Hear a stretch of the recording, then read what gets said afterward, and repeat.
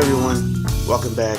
Another week, another episode. I'll talk if you'll listen. Episode 25, the big 25, 25% of the way to episode 100, and I can't be more grateful or appreciative. Thank you for everyone who stuck around so long. Thank you for everyone who continues to listen as much as I talk, and thank you for everyone for the feedback so far.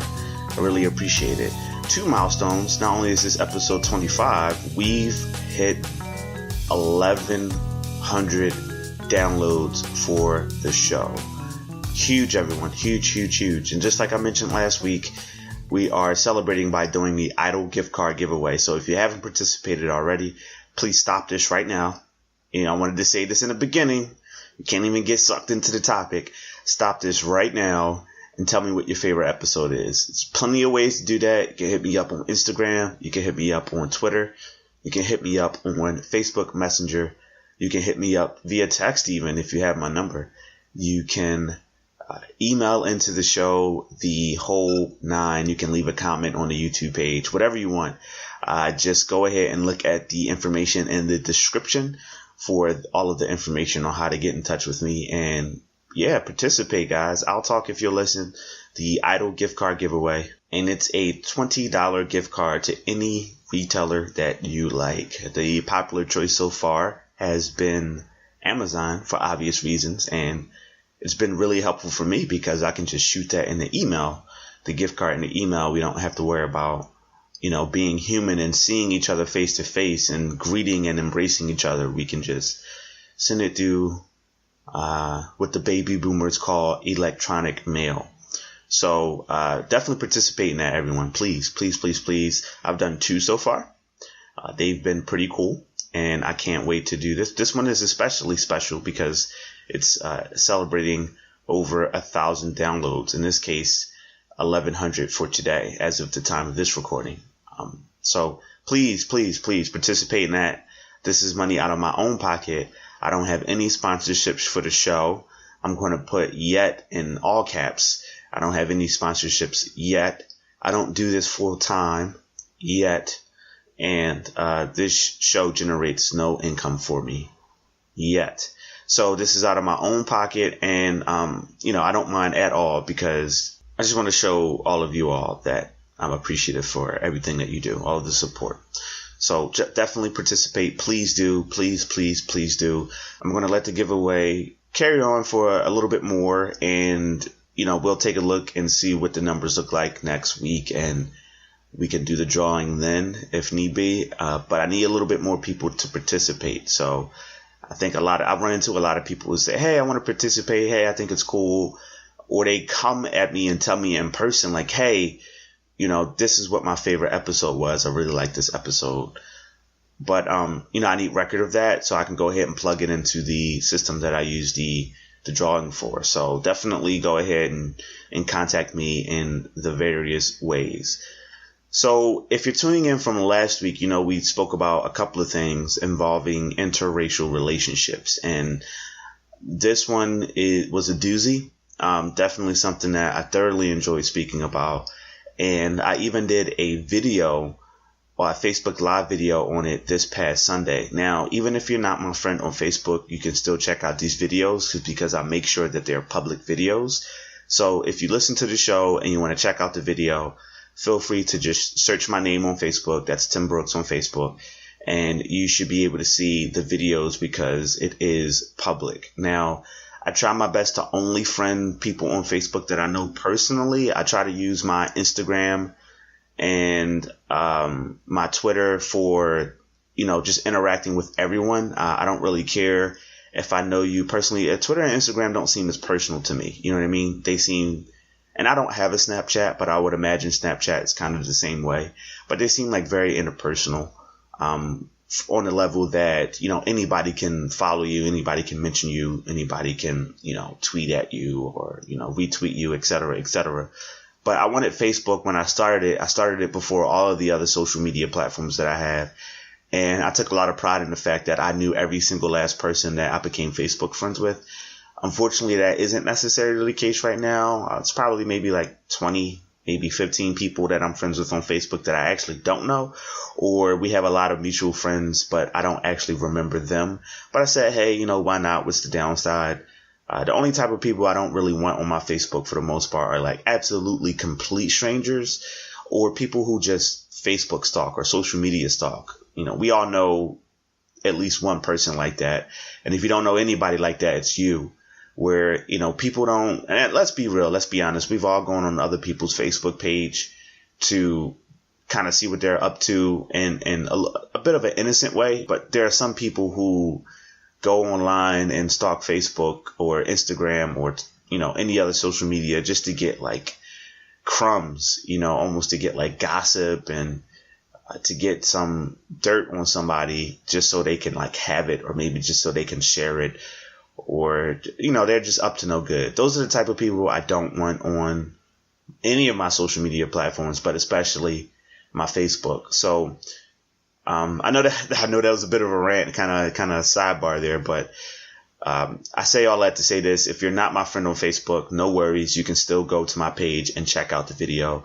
The video was pretty cool, although I did have some technical issues with the Facebook app. I tried to do it on my iPad at first, then I realized it was better to do it on my phone, and then the app kept crashing. So, I kind of, I did it like radio style, like radio show style, where if you were in the video viewership, I invited you into the video to give, your thoughts on interracial dating and what your experiences have been like. And then, I kind of, exited and then had somebody else come on and do the same thing. So it was really, really fun. This is something that I don't want to go as far as to say I'm going to do on a regular basis, because I'm already doing this show on a regular basis. I don't want to add another thing to my plate and create more opportunity for disappointment if I can't come through one week or one day.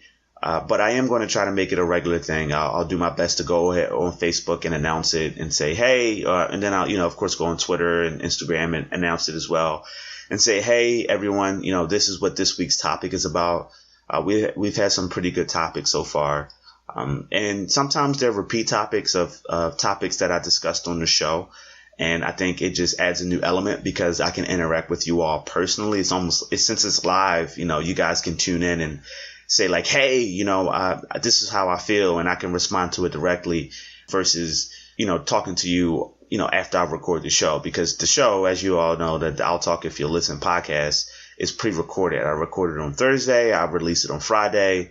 I interact with you all while the show is out just to get you guys' thoughts and opinions on it. And then, I record another episode the following week.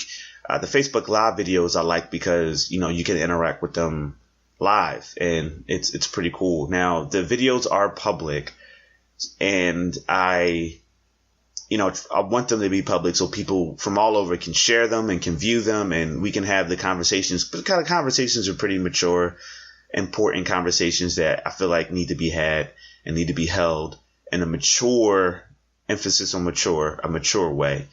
So the videos are public. Now, I don't know if that means that, you can, let's say you're not a mutual friend of any of my friends. Odds are that's pretty low odds there, though. But let's say, for example, you don't have any mutual friends with me, and, you're just listening and you're like, hey, I want to participate in this video. I don't know if you'll be able to watch it live, like as it's going on live, even though it's public, or if it's just something that my friends and their friends can view. And you kind of have to wait until after the video has been recorded, because I do leave it on my Facebook page, so you actually can go and check it out. So I don't know if you have to wait until the live video is over for you to go ahead and watch it, or if you can watch it while it's live. But either way, participate. Definitely leave some comments, some feedback. I've gotten hundreds of views so far, and that just tells me that you guys really enjoy the content. And these are definitely conversations that you want to have and you want to hold. So I'll be doing another one this Sunday. It'll be about a topic that I covered previously involving people with kids dating, especially adults under 35 dating. I think it may be a little bit easier if you're a little bit older. Like, of course, if you're like late 30s, 40s, and your kid is in high school or out of the house, I think it's, of course, not easy, but I think it's easier than if you're an adult under 35 and you have like a younger kid, and you're dating your peers at that point. You may not have had many dating relationships or experience, and you're trying to put yourself back out there, but you have a kid. And I want to discuss both sides of it. I want to discuss how hard it is for the parent, and I also want to discuss how hard it is for the person who they don't have kids and they're trying to date someone who does. So definitely tune in. It's going to be this Sunday at 7 as usual, and I can't wait to hear what you all have to say. This past video and last week's episode on I'll Talk If You Listen, we spoke about interracial dating, and we spoke about the impact that it had for a lot of you. I brought up some talking points that I think the majority of the people in our peer group, we don't really care. We look at who we're attracted to and we go from there. And we embrace love no matter what the color is, because we feel like love has no color. And I find that the majority of the people in my peer group, any adult under 35 years old, I think if they do feel like they should date within their race, it's something that was taught to them, like that was passed down to them from their parents or grandparents. But it wasn't like a genuine, authentic thought. That's not a thought that they can take, or a perception that they can take ownership of. It was kind of something that they were kind of like drilled into them. Like, hey, you need to keep it within your race. This is why, et cetera, et cetera, et cetera. I did tell the story about my friend Jose, who was in a disciplinarian school and was constantly being told at 6 or 7 years old that the white man is the devil, the white man is out to get you, the white man is evil, don't trust the white man, et cetera, et cetera. At 6 or 7 years old, this is a kid who hasn't been able to form his own opinion, has no idea of who he is as a person, and hasn't even been in the world long enough to have a perception of people of different cultural backgrounds and different ethnic groups. And he's being told by someone that he looks up to, whether willingly or unwillingly, because this is an authoritarian, right? This is someone who has authority in his life. This is someone who presides in the school. This is someone who, for a brief period of time, has to tell him what to do and when to do it. And he's looking up to this person who's telling him negative things about another human being. So I think a lot of people in our age group, when I say our, I mean, adults under 35, but I think a lot of people, but even older, even some, our parents, I think we inherit these perceptions and thought processes from the people who raised us, and we project those thoughts onto our peers when we come of age. But generally speaking, I think the majority of the adults under 35 that I've come across, that I've interacted with, and almost every single last one of you who participated in the Facebook Live video agreed that love is love. Now, there were a few of them, like my friend Jasmine, for example, who says, like, she takes pride in seeing black love. She wants to see more black love and more black couples. And that could go towards any race. I'm sure anyone of any race has a sense of pride when you see someone from your race dating someone from your race, especially for like a child. If you are a child, if you are 8, if you are 13, if you are 14 years old, you're still living under your parents' roof. And let's say your parent is single, your mom or your dad is single, and they're not together, with the other parent, and they are going out dating, there may be a sense of pride, or definitely have a subconscious impact on the person viewing the same race couple. So everyone who participated in the video did come from that angle, like, hey, of course I would love to see this more. But no one, almost everyone in the video has been in an interracial relationship or has been in a romantic situation with someone of a different race. And there were some people who joined who were even married to, like my buddy Jeff, my buddy Rob, who were married to people, their husband, their wife, etc., is of a different race. They're in an interracial relationship. They're in an interracial marriage. And everyone seemed open to the idea. Everyone was like, hey, I don't see the big deal. I think this is dope. I don't see what the problem is. And, they felt like it was an antiquated way of thinking. But it just goes to show you that the world is changing to a degree. Some would say for the better. Some would be indifferent to it. But I think if there's any opportunity for more positivity, if there's any opportunity for us to create more love, regardless of who it's with, then absolutely, I think that's better. I think the world is better off that way. And the closer we can get to disregarding the things that don't matter in certain situations. So I would love to see more of that. And some of you on the other side of it have had negative experiences with interracial dating, and they usually came from a cultural standpoint. Not many of them came from a racist standpoint. Some shared some racist interactions, but for the most part, it was mainly cultural differences. My friend Kim, I reached out to. I've known Kim for quite some time, and although I don't interact with her often, I did manage to snag an interview from her, and she spoke about some of those cultural differences. So race definitely played a part, but she felt like it was more culture and more background and upbringing than race. So this interview wasn't long, but it did have some gems in it. So definitely sit back and check it out. So this time around on Idle Thoughts, we have my friend Kim and her talking about her experience in an interracial relationship. Check this out. Hello, everyone. Welcome back. Thanks for tuning in another week. This time around, we have a good friend of mine by the name of Kim. I've known Kim from quite some time, and we don't talk often outside of social media, but it's always nice to speak to an old friend. Hey, Kim, how are you?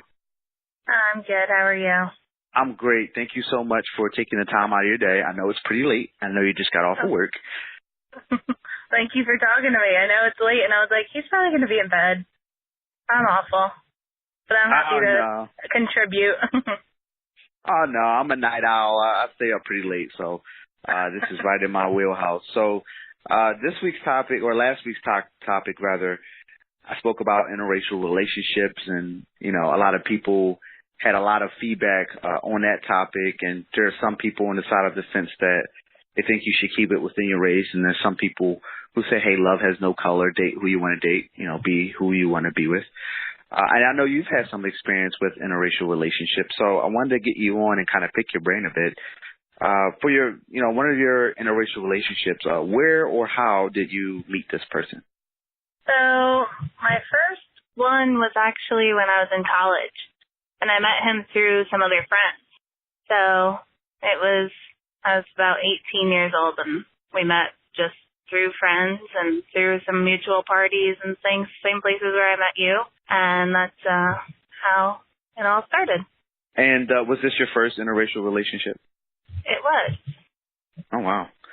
So what was it like, you know, when you had to meet his or her when you had to meet his family, and, you know, you had to bring him around your family? Was it there some tension, or was it awkward? How did you handle that? Well, honestly, he never met my family. I come from a really predominantly white area, and I didn't really know other people. I had Hispanic friends, but not really a lot of diversity where I'm from. And not that my parents would hate it, you know, and that's awful to say because I don't know. But I don't know. I was a little nervous, even though I'm sure if I brought somebody from a different race home, my mom would probably welcome them with open arms. But I was nervous. I was 18. I was newly out of the home, and I was just like, I don't know. He's not going to be my family. But I met his family, and it was awkward.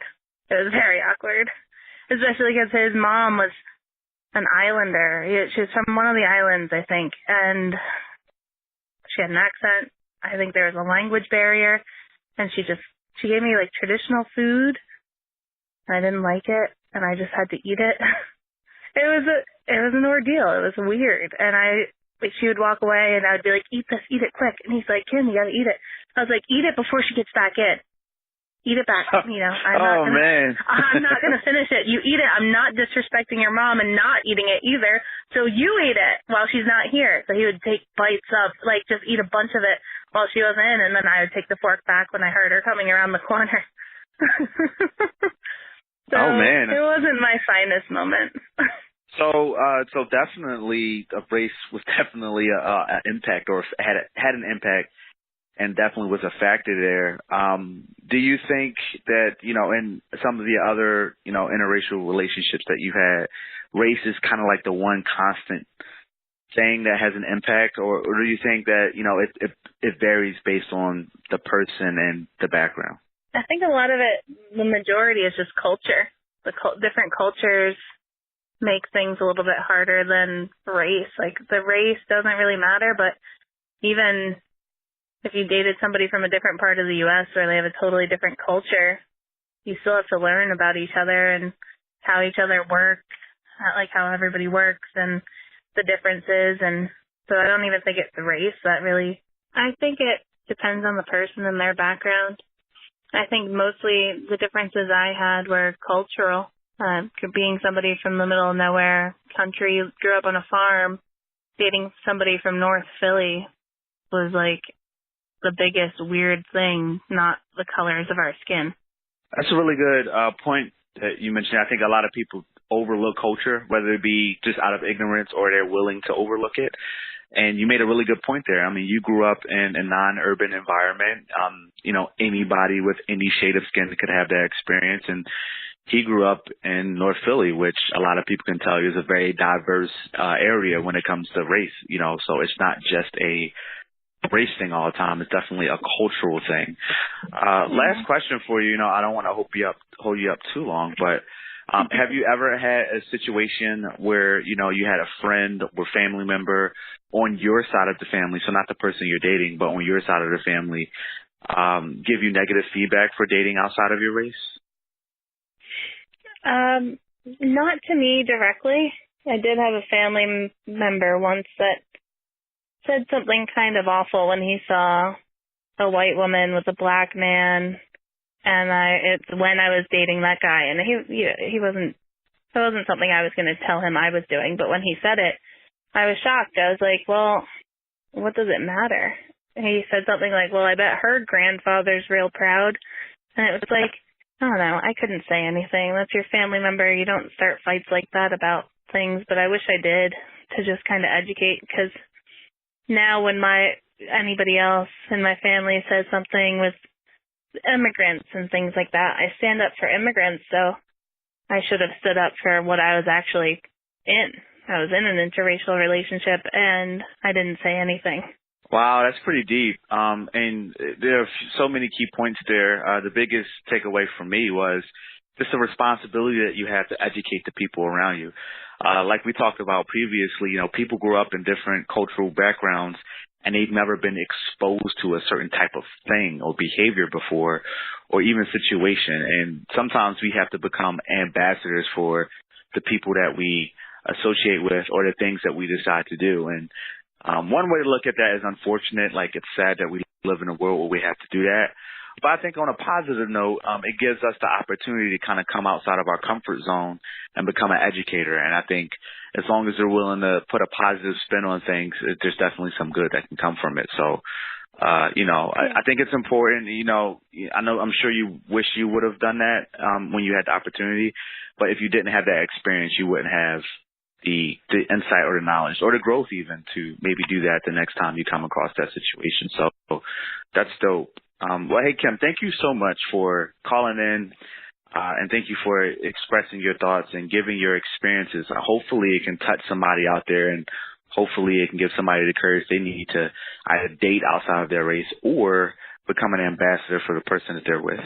Oh, well, thank you. I'm glad I was able to help and give some information, and I appreciate you having me here.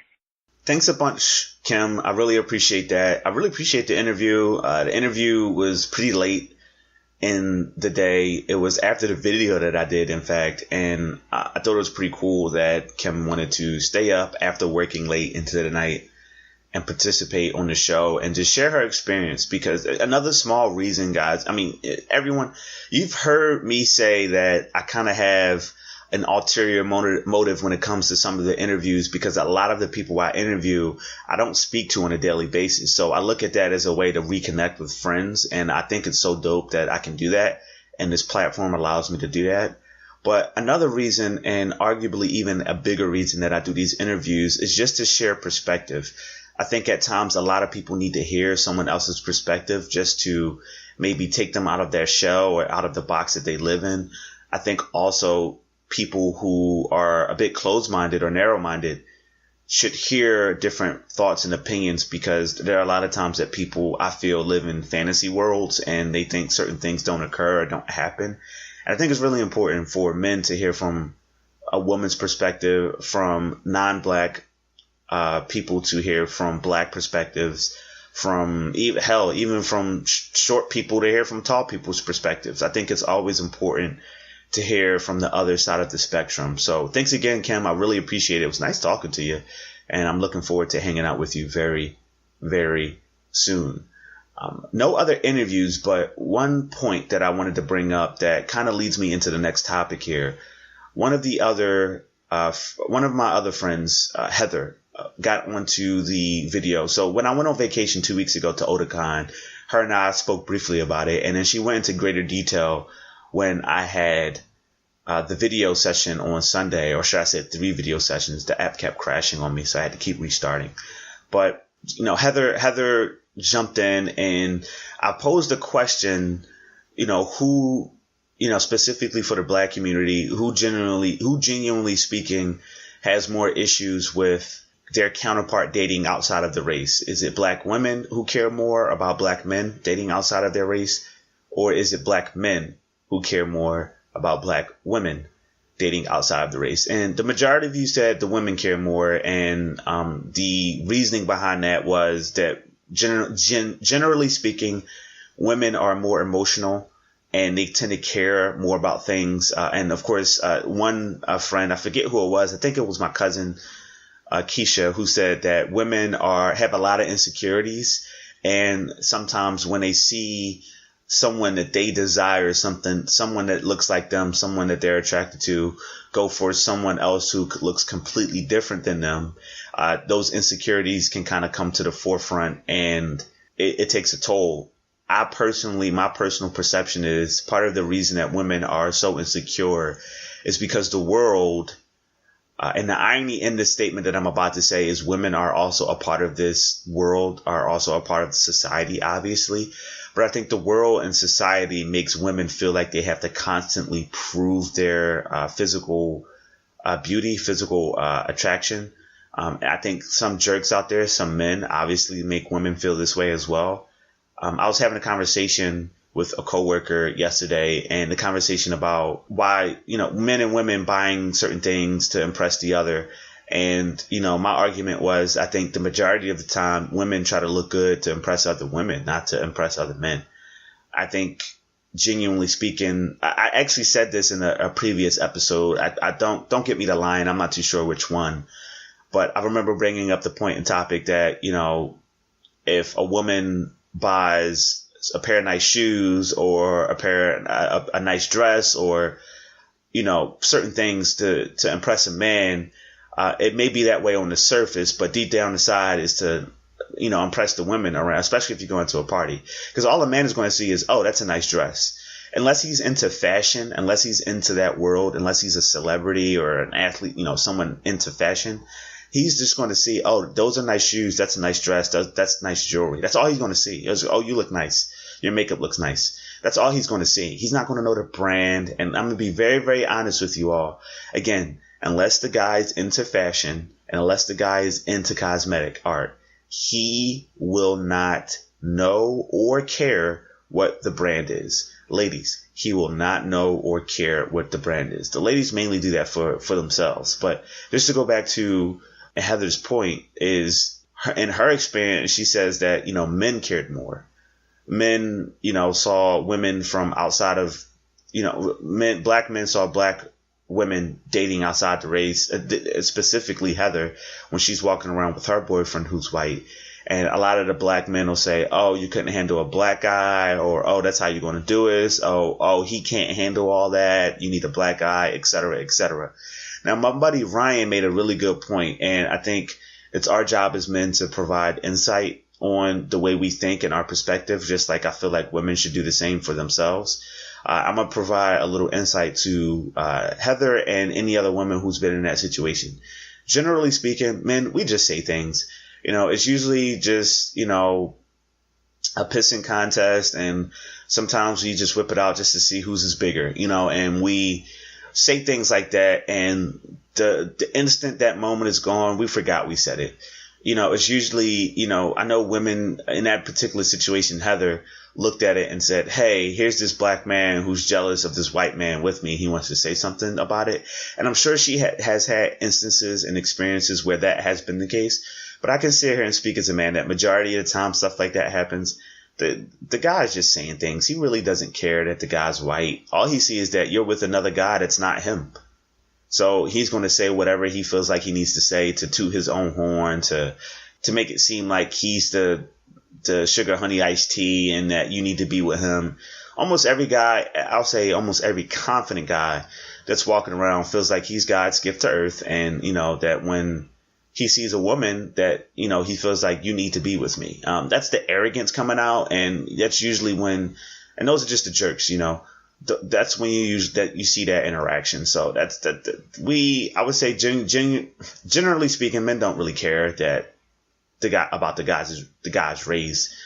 We care that it's a different guy that's not us. So, but it kind of got me to thinking like, hey, this is another example. And if you've been listening for a while, you've heard me bring this up in the past. This is another example that proves my point that men and women will never, ever understand each other, ever. I think we want to. I think we try to. But I think we never really will understand each other because we just operate on two different wavelengths. And it got me to thinking about another thing. Speaking of dating, the whole initial dating process. So I posted a question on Facebook and then I posted it on Instagram. So another reason, if you don't follow me, you should follow me already because I use a lot of you guys' feedback and thoughts and I talk about it here on the show. So in a sense, not only is this your show because I need somebody to talk to, it's your show because your topics, your conversations end up in the show and it fuels the show. It pushes the show forward. So the question that I asked was, hey, ladies, when a guy is attracted to you, how do you want to be approached, right? How do you want a guy who potentially sees a romantic interaction with you? How do you want him to approach you?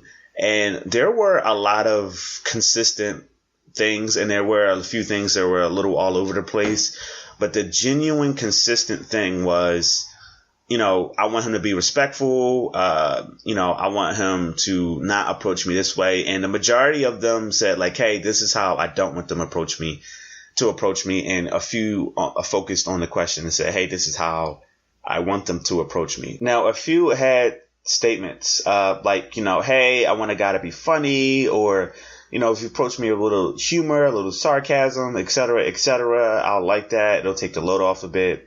And I really like that. That's a good point. I agree that, humor can, in almost any situation, can definitely break the ice. I think it's a wonderful icebreaker. And, there's the old adage that says, hey, if you can make a woman smile, you can make her laugh, then you got her, and I think there's a lot of truth to that. And I think it's not just with women. I think it's with guys. Of course, it's with guys, too.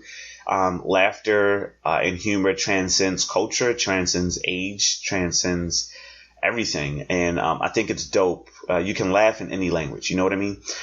So I agree with that sentiment that like, hey, guys, if you can make her laugh, if you aren't boring. My cousin said, hey, don't be boring. Don't use the same, comments, the same, et cetera, and, the same cheesy cliche pickup lines, et cetera.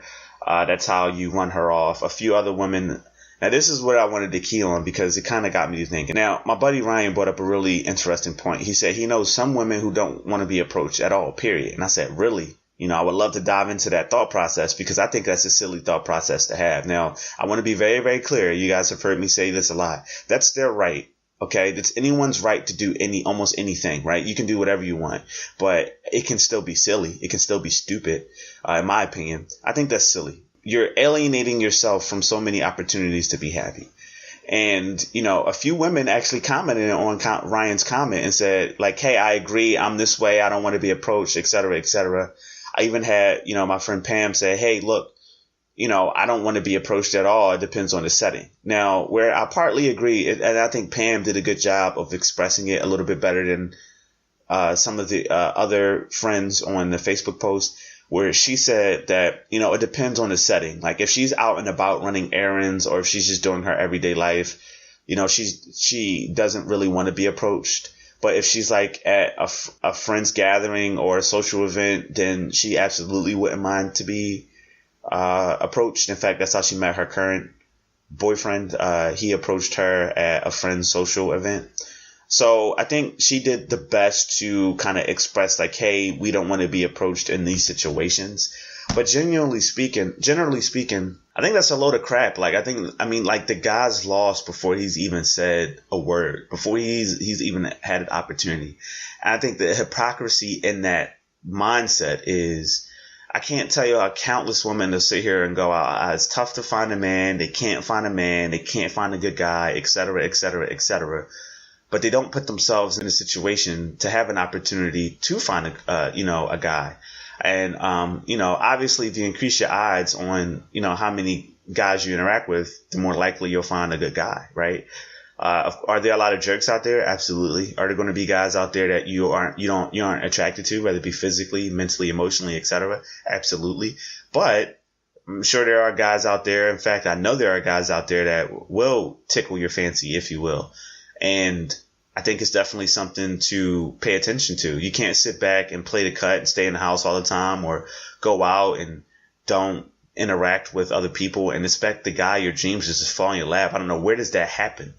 That only happens in fantasy land. I just don't understand. I had another young lady who said like, hey, you got to read the body language. It's, a lot of young ladies who use resting B face, otherwise known as RBF, to ward off guys. And I said, okay, so it's the guy's responsibility to interpret that, though. I can't tell you how many. And in fact, the irony in a statement like that is there are women out there who said one of the things that they can't stand, they hate it when a guy walks up to them and say, hey, you need to smile more, right? Or, hey, you need to smile, or, hey, why are you so angry? Or why are you so upset, right? There are women out there who hate that, right? Well, when you have that face on, you invite that reaction. You invite that. There's something I want to make very clear, and this is one thing that really, really bothers me. Now, I'll never blame someone for the person who chooses to approach them. I would never blame someone for that person being a jerk. So in other words, if you're a young lady, if you're a young man, and someone approaches you and you say, hey, you're not interested, and they tend to be extremely disrespectful and curse you out and, say that you're not that attractive and, just says really horrible things to you, that's not your fault. You didn't invite you didn't. That's not your fault that person's a jerk and that person's rude and disrespectful. However, you do need to take some responsibility in the fact that they approached you in the first place. Maybe not all of the responsibility, but some of the responsibility.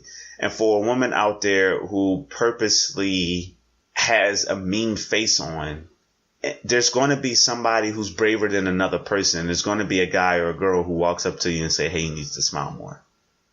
When you walk around like that. Now, I know there's going to be some of you out there who disagree with me. I would love to have the debate with you. I love a good debate. But I think that's bullcrap. That's like me walking around with an AK-47, even though I'm within my legal rights in some states. And I'm walking around with like a semi-automatic weapon, let's just say. Not an AK-47, a semi-automatic weapon, which is legal in some states. And then I catch an attitude when the cops pull me over and question me about it. Like what? I'm inviting that like situation. So to all the men out there, to all the ladies out there who say they don't like it when people approach them, one, I think that's absolutely silly. Two, you're not going to find the man or the girl of your dreams if you don't embrace people approaching you. And finally, you need to lighten up. You need to realize that things just don't fall in your lap, and you need to be more open and receptive to human interaction. Like, what's the deal with that? I think it's just crazy too. Like, the arrogance in that statement is just like, you expect to find a guy. This one also assumes that like, hey, I'm too good to approach a guy. I'm not going to approach a guy. For the ladies who had that like, don't approach me standpoint, it's like, I'm too good to approach a guy. I'm not going to approach a guy. And, only men who are interested in me should approach me. But at the same time, you don't like to be approached. Like, what is that? I just don't understand that. And I think there's just so much, hypocrisy on that. But, there wasn't much consistency. There was a little bit of consistency, but there wasn't much consistency when it came to certain people. You know, when I say, hey, how do you want to be approached? And they say, oh, well, respectful. I had one young lady who just said something very general and said, you need to come correct. So of course I try to dive into that and say like, hey, what does that look like? Hey, what does that sound like? You know, let me know. And, you know, a lot of them did a pretty good job in kind of like elaborating into that. But it just goes to show you that, you know, what women think that they want or what women know that they want in a guy approaching them, most men are clueless to that. And I can't wait to ask the follow-up question to the guys. Hey, how do you think a woman wants to be approached? Or, hey, how have you approached women in the past? So for everyone out there listening, especially the ladies, hit me up when you see me in person, or you want to email into the show, write into the show, hit me up on social media. Let me know what you think. How should a guy approach a woman? Guys, how do you approach women? And a question for everybody. Do you think men and women will ever be on the same page when it comes to romantic interaction? Whether it be relationships, whether it be marriage, whether it be even dating. Will men and women ever be on the same page there? Hit me up. Let me know, because I'm very interested to see what you guys' thoughts are and what you guys' opinions are. Then it kind of got me to thinking like, hey, what's realistic? Like a lot of women, I think, live in this fantasy world where they kind of expect these things to happen. And, you know, I like to ask 2 follow-up questions where it's like, hey, what positions are you putting yourself in for this to happen? A. And B, why should this happen to you? I can't tell you how many men and women that I've come across when I ask like, hey, what makes you worthy to be in a relationship? Why do you think, you know, because they always pitch the whole, woe is me. I can't find a good guy. I can't find a good girl. Oh, my relationship sucks, yada, yada, yada. And I always ask, well, like, hey, what makes you awesome? You know what? Why do you think? Because I hate this like PG world that we live in when people always try to console people. All it takes is for you to get up on Facebook and go, nobody wants me, or hey, I can't find a good person, or hey, I'm tired of being treated like crap.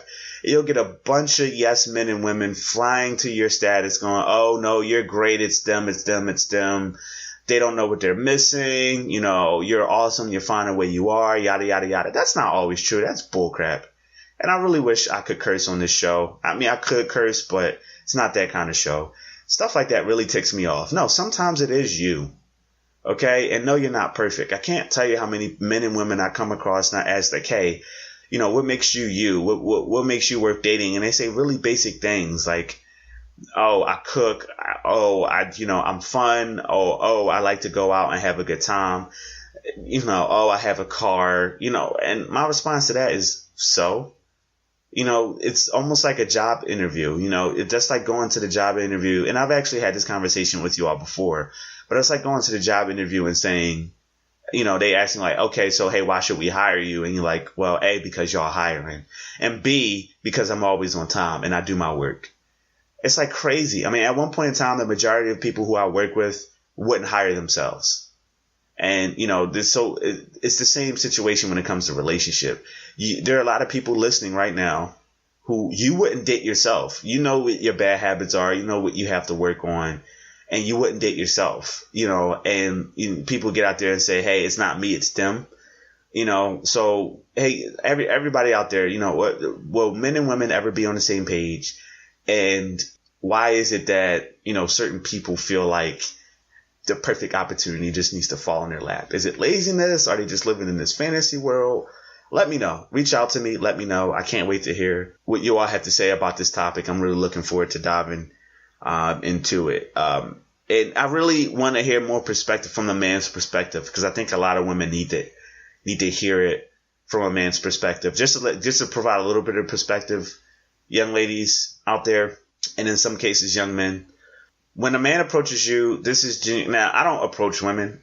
I can approach them in a social setting. I'm a conversationalist, so I can do that. But I've always had issue with approaching women from a romantic, sense, like, hey, how are you? We should go on a date. I've only ever done it once. You know, it's really, really difficult for me. But I can't speak for guys when I say, generally speaking, this is what happens. We see you, and before you get into the whole, oh, don't judge me by my body, don't objectify me, et cetera, we don't have a choice. we can't see your personality from across the room. There may be certain things that we see that eventually make us attracted to you. For example, maybe you have a nice laugh, or maybe we like the clothes that you wear, or maybe we like the way you did your hair, or maybe we see you every day at the local coffee shop and you're the manager and we like your leadership skills, et cetera, et cetera.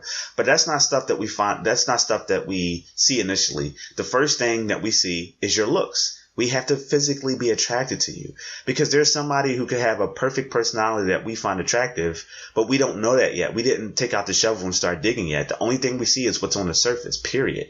Same thing on social media. If women are constantly posting certain things on social media, as a man, that's what we see on the surface. That's what we think you are about for the most part. So it's the same thing. We're looking for certain things. And if we're attracted to you, we're physically attracted to you. So, and it has a sexual foundation. Is the intent to have sex with you initially? Not all of the time, but it's a sexual attraction because we're physically attracted to you. So that's going to be there. And it's not in a demeaning or disrespectful sense. It's just the same thing. They say women can look at a guy and know if they want to have sex with them within a second. I also believe that there are more women out there who want to have sex than men. You know what I mean? So it's not always a sexual thing when it comes to us guys, but at the same time, we need to have a physical attraction to the young lady that we decide to approach. And when we do approach you, sometimes we don't, we from the gate, see, and this is the thing, a lot of women don't understand this or choose not to understand this, but men constantly have to impress women, period. Even from a platonic sense, men constantly have to impress women, even when they're not trying to. Women are so critical when it comes to stuff like that. When a woman, on a rare occasions, when a woman does approach a man, the woman doesn't have to worry about impressing the man. The woman just has to worry about the personal insecurities that she has. Oh, is he going to like me? Oh, is he going to notice this pimple on my face? Or is he going to notice that, I couldn't do my hair, et cetera, et cetera. There's insecure things. A man is I have to impress her in order to get her approval. So even when we approach you, even in that initial approach, we're constantly thinking that hey, what can I do or say to get her on my side? What can I do to or say to impress her? So that's definitely what it's like from a male's perspective, from a man's perspective. And I want more men out there to kind of chime in on the topic, because I think we need to do a better job of helping women understand kind of what goes through our heads when we decide to walk up and approach you all, because that definitely can help bridge the gap. Although, again, I still don't think men and women will ever understand each other, but it will help bridge the gap. So hit me up, everybody. Please, please, please hit me up. I would love to talk about this. I can't wait to dive into the nitty gritty with you all.